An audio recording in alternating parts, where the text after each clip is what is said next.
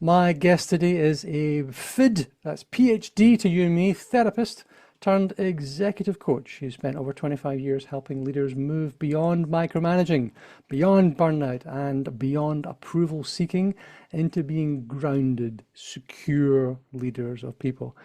She's a director of leadership development in healthcare. She's the author of The Secure Leader, and she blends psychology and coaching to help leaders rewrite their internal story and lead with more clarity, more purpose, and more presence. Welcome to the podcast, Leadership That Sells. This is a show if you are interested in leading teams as they are, because they're not. Sales teams are not really teams. They're what we call teams in parallel. They're working in a similar way, but not with each other. Most sales managers don't get this, and they're still leading like they've got a football team, when in reality what they've got is like a group of golfers. And that mismatch creates all kinds of pain: poor coaching, bad pipeline meetings, burned out managers, and reps that just drift. We built a lightweight reset that will help you and your managers lead in the right way, setting clear expectations, building identity without fluff, coaching people for autonomy without going hands off and running away. It's not training. It's a shift in the model that fits the team you've actually got. And when you do that, performance scales a lot more easily. If that sounds like it's your world, grab the free Parallel Team Playbook at the Practical Leadership Academy website. It is short, it is sharp, and it is made for senior people with teams of managers just like you. Now, on with the show. Dr. Jaime Goff, thank you very much indeed for joining me. Thank you for having me, Paul.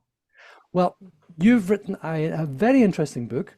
And you're talking about leadership patterns that come from early emotional experiences.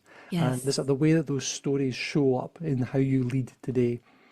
Is there a particular story, is there a particular theme that you pull out that makes these things, this history that people carry with them, useful or debilitating? What goes on here? Yeah, and I think that those themes, those patterns and stories can be both, right? Be both useful or debilitating, depending on how people are utilizing them. And I think that sometimes the emotional experiences that we have throughout our life, especially early in our lives and in childhood, quite frankly, with our caregivers, those form really deep embedded messages about who we are, our own worth as individuals, but then also about whether or not others in our lives are trustworthy, whether we can depend on them. And those patterns that we develop early on in our lives, many times they can be protective and they can be survival mechanisms. And so they serve us really, really well in certain contexts and in certain relationships. But when we take those same beliefs, patterns, stories into leadership, they can often become harmful. They can become barriers to us being the best leaders that we can be. And they can also become barriers to our team's performance as well.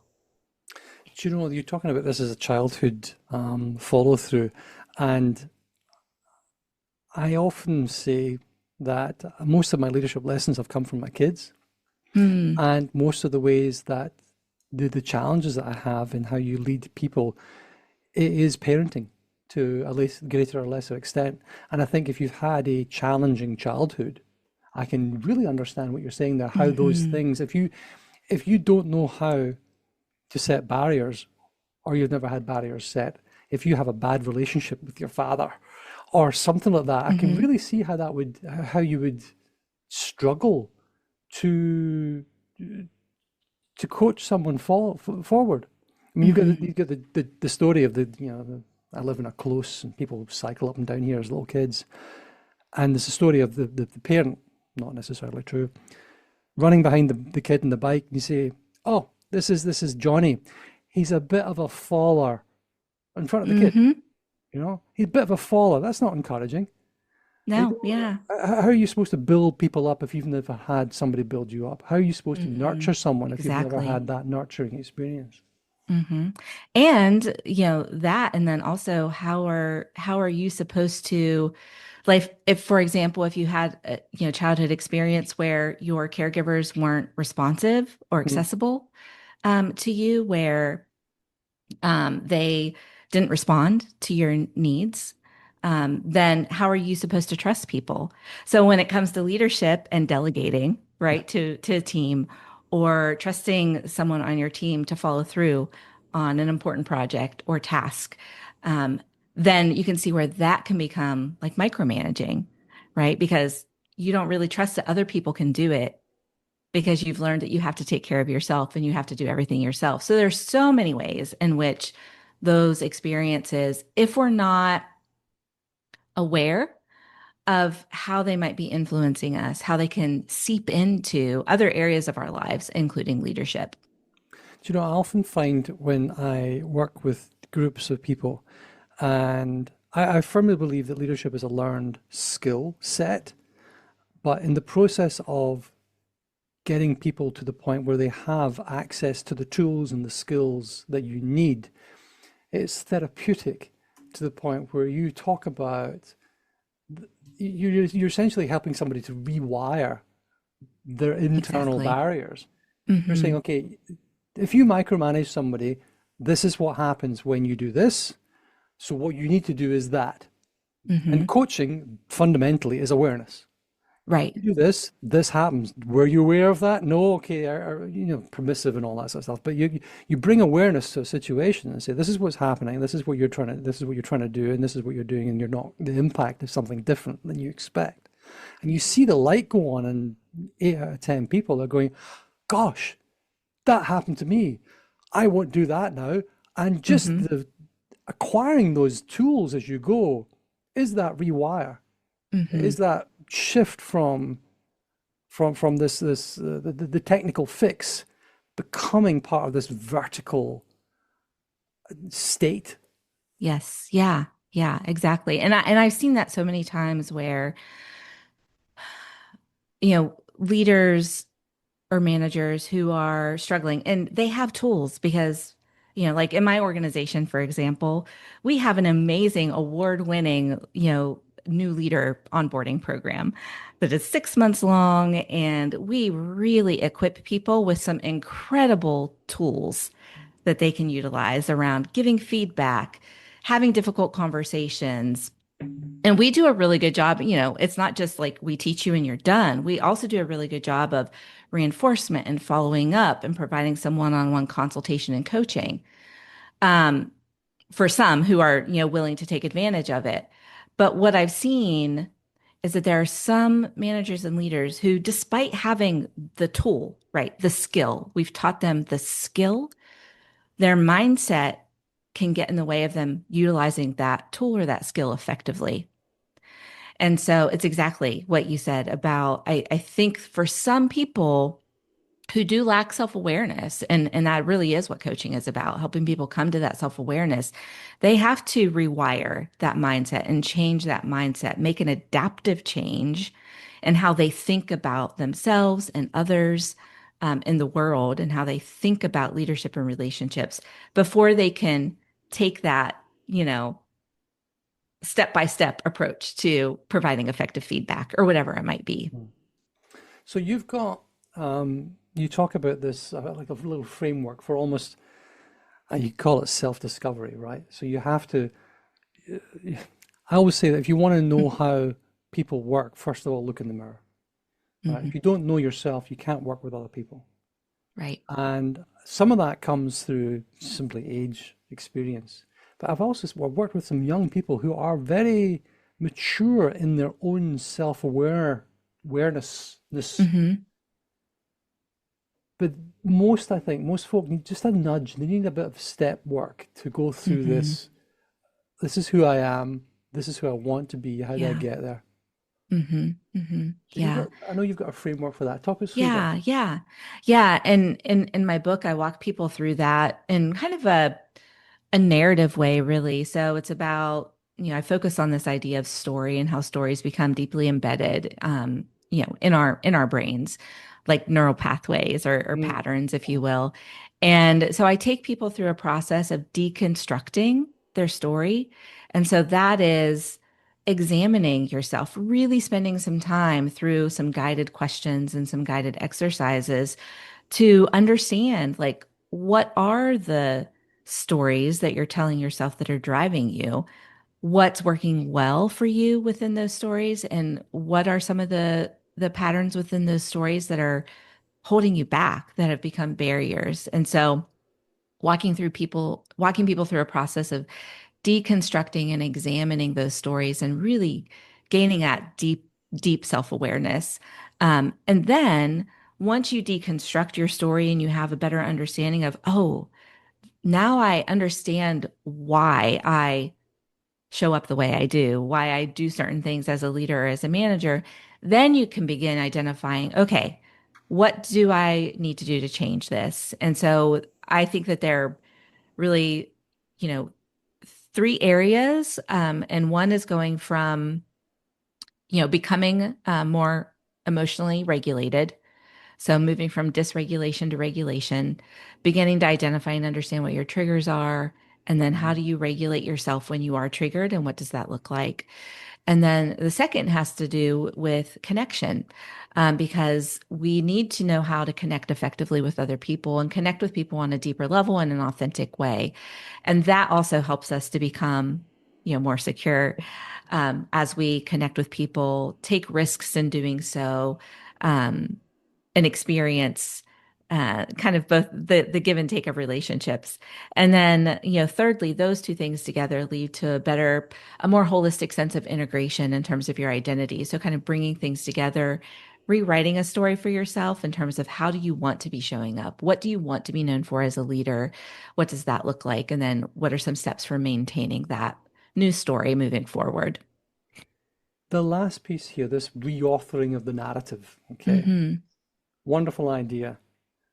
But there's always a challenge, as if it's like bringing your whole self to work. Yeah, I'll bring my whole self to work, but I'm a dick. Okay, I'm going to reauthor my narrative to this new sense of Mm-hmm. self. This new, Mm-hmm. what is that? I don't know what that looks like. What is a good person look like? How do you identify the good? What am I aiming for?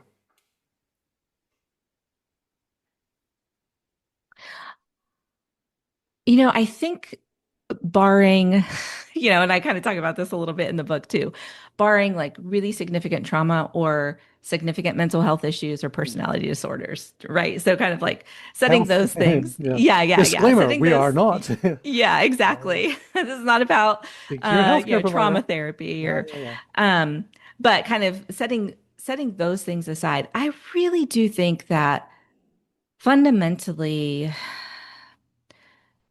what's good, I mean, that will vary a little bit, right, from one person to another. And you do want to bring some authenticity to how you show up as a leader. But I think that fundamentally, at a very basic level, good looks like truly seeing the value and worth in your own self, because you can't really treat other people as worthy and valuable and with dignity if you don't see yourself in that way. And I think that, so that's the first Well, part. yes, you nailed it. I think Yeah. you just nailed it. Yeah, go on, go on. And the person who's a dick, they don't value themselves, No. because that is a behaving in that way is usually some sort of it's a protective mechanism. They're trying to protect themselves. So that's the first piece. And then the second piece is about trust. And so beginning with trust, being able to, if you see other people as having value and dignity, then you also are able to get to a place where you can trust people. You can take the risk to kind of let go, open up, hold on to things loosely, a little more loosely, whether that's in your personal relationships or in professional relationships as a leader. Learning to trust people and open up. So I really do think that at a very basic level, kind of good leadership is that seeing every single human being, including yourself, as valuable and worthy and, deserving of dignity. And second, starting from a place of trust. Now you had trust, but verify. I mean, you still want to have boundaries in place. And that doesn't mean that you never have boundaries and you don't have expectations or hold people accountable. But I really think that most people, if given, if a leader kind of lets go, most people will rise to the occasion. They just need the support to do so. The support piece. Now I work along with a company that deals with training on high consequence environments. And part of the language you use is that people don't rise to the occasion, they fall Mm, to the level of their preparation. So you fall back on the skills you've learned, you fall back on the hmm tools and the techniques that you've picked up, where the red button is that turns the nuclear power station off when the klaxon goes, that sort of thing. And I think when you are under pressure, and my audience with the sort of the sales leadership in mind here, there's a lot of pressure. There's a lot of people facing hmm constant rejection. It's a performance profession, so you're always Right. under scrutiny. Sales in particular is the most scrutinized, the most visible, the most measured of Mm, any role out there. Okay. How do you think then that internal narrative that we've got going on in hmm our head, this early attachment story, insecurity, unmet needs, all that sort of stuff, can you help us reframe those as maybe opportunities? How do we reframe them? How do we use mm. those narrative better? How do we use that better? Yeah, I think that in those really high pressure types of environments like you're talking about, I think that people need to, and this is where I think a lot of just leaders in general get tripped up, is if you see your worth and your value only coming from meeting a sales goal Mm, or, achieving, right? Um, then it's going to be really challenging for you to be in leadership, to be a good leader. And so I think in those types of environments, and I think it's everywhere. Like, I work in healthcare. So like, people are dealing with life or death decisions sometimes on a daily basis. But if your only sense of value and worth comes from achievement or from a goal or a metric, then you're always going to feel like you're falling short because none of us are always going to achieve that. We're not always going to meet that metric. Or if we do, we're leaving a lot of carnage behind us, right?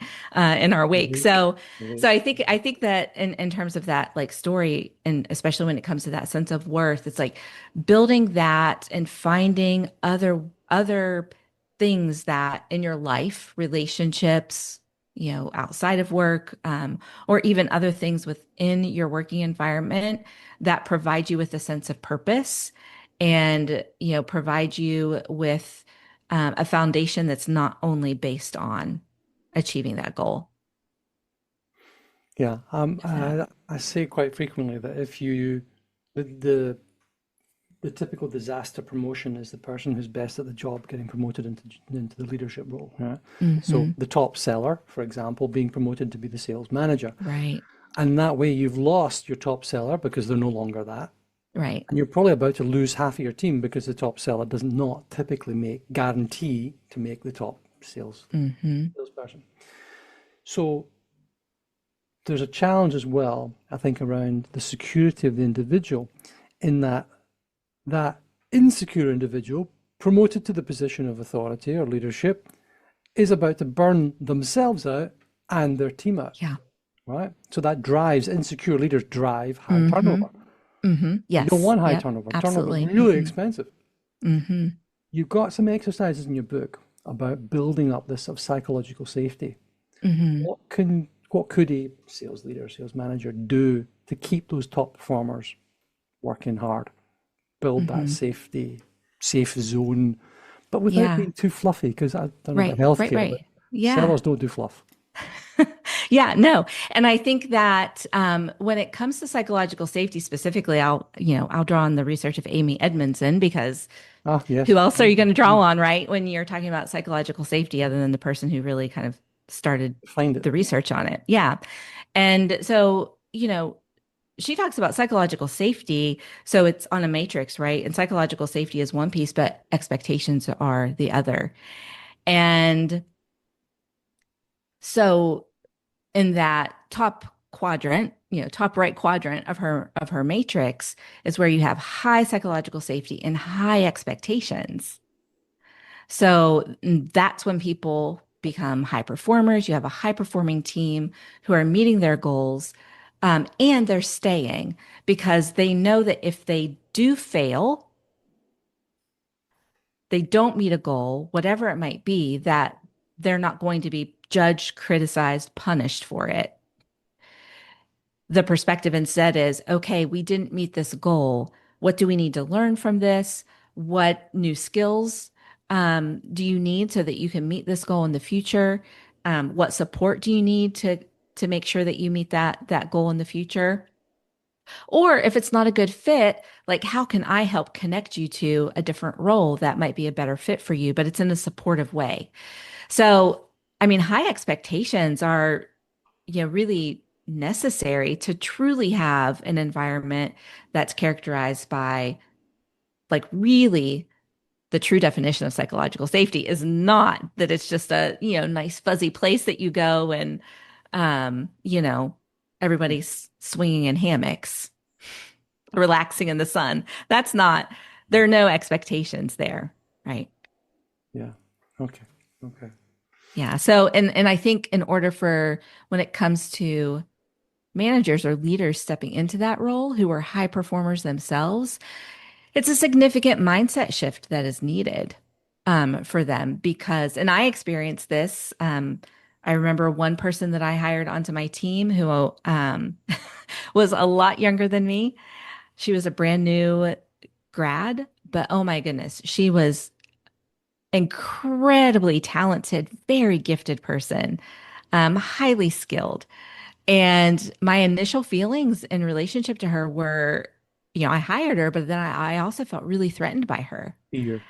Yes. And Yeah. I was, yeah, afraid that, she's going to replace me or she's going to be so amazing that, people are going to overlook me. And I really had to work on that within myself to make that mindset shift. I remember talking to my husband about it and saying, I need to shift my mindset where this is not so much about my individual performance anymore as a leader, but to help her rise. And if I help her rise, like that will reflect well on me as her leader. And so I need to let go of this fear I have that she's going to replace me or outperform me. If she does, fabulous. I brought someone incredible into this organization. I help them, thrive and flourish. And now look at all the things that they're doing for us. So that was a mindset shift I had to make because it couldn't be about me anymore. It needed to be about me helping my team be as successful as they could be. There's a meta to that. There's the of piece, Hmm. which is yes, you brought somebody incredible into the organization, but you also, if this works, you helped someone start and progress in their career, and you helped them to expose their ideas to the world. Yeah. So that person in the world is now progressing because you Yeah. helped unlock and point Hmm. them in the right Yeah. direction. And that's kind of a mentorship role Hmm. rather than Yeah, lying underneath exactly. the insecurity and the sort of the imposterness, which is part Hmm. of it you're talking about Yeah. there. Yeah, absolutely. And I just got a text from her last week There you go. saying, and she doesn't work, for me anymore, but I just That's got a it. text There from you her go. last week that said, I still, and she's a leader. She's, and she's like, I think about the way you led me and what a huge influence that had. And it has shaped who I've become as a leader. And so, those are the things that's what Yeah. you like, Yeah. that's where you feel really good. I'm going to give you, if you'll allow me to give you a modicum of advice on that Yeah. there. Okay, see, I'm asking for permission, right? Sure, sure. This is my learning thing. Because I'm terrible at saying, "Oh, you should do that." I said, "No, ask for permission, you arrogant sod." So I'm asking for permission, and my suggestion would be to take a screenshot of that, Mm, fold it up, and put it somewhere, right? Along with all the other ones that you get. yes, yeah. You print it out, Mm-hmm. keep it somewhere for that day when you're thinking, "Oh, Yes. it's right there," because you know you can do it because I've got the proof. Yep, yep. Yeah, absolutely. Yeah, I keep all the notes and everything. So, yeah. Portfolio. Have a little box of That's them. it. Mm-hmm. It's wonderful. Where can we Yeah. find you when we need you? Yeah. So, Dr. my G? website, I'm sorry. Dr. G? Yeah, yeah. So my website is drjamiegoff.com, and my name is Jamie, but it's spelled a little differently. So it's Jaime. You can also find me on LinkedIn and follow me there. I'm pretty active on LinkedIn, and then Instagram as well. So yeah, any of those Great. platforms. Wonderful. And the book is out? The book is out and available.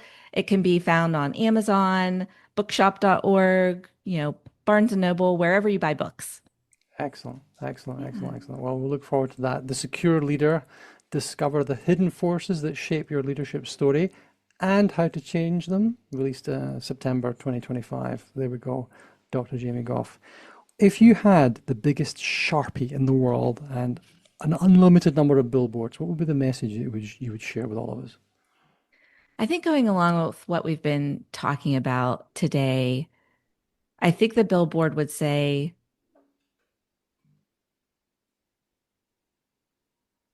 leadership is becoming your best self for both you and those you lead. Leadership is becoming your best self for you and those you lead. Mm-hmm. I've always thought that if you do it well, it's not really altruistic. It's kind of selfish. Oh, If you lead absolutely. well, if you, Absolutely. yeah, it's a wonderful thing to do. Mm-hmm. Dr. Jaime Goff, thank you very much indeed for joining me. Thank you for having me, Paul. Thank you.